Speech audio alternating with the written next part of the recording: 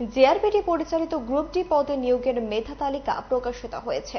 রবিবার সাংবাদিক সম্মেলনে তাই রাজ্য সরকারকে ধন্যবাদ জানিয়েছে প্রদেশ বিজেপি। তারা বলেন, কারোর চাকরি যেন না চলে যায়, এই প্রক্রিয়া স্বচ্ছভাবে সম্পন্ন করার জন্য কিছুটা সময় লেগেছে।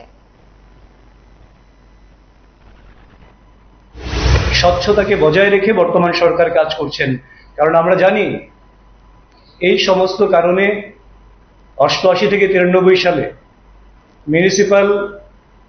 আগরতলা মিউনিসিপ্যালিটি তাতে কিছু নিয়োগ হয়েছিল, যেটা 93 সালে বামফ্রন্ট আসার পর সেই চাকরিগুলি বাতিল হয়ে যায় এবং তারপর সিপিএম এর দীর্ঘ সময়ে শুধুমাত্র অস্বচ্ছতার কারণে, দুর্নীতির কারণে, নিয়োগ নীতি না মানার কারণে কিংবা নিয়োগ নীতি না থাকার কারণে যারা চাকরি পেয়েছেন তাদের একটা বড় অংশকে কিছুদিন বাদে বাদেই কোর্টের আদেশে কিংবা বিভিন্নভাবে চাকরিচ্যুত হতে হয়েছে।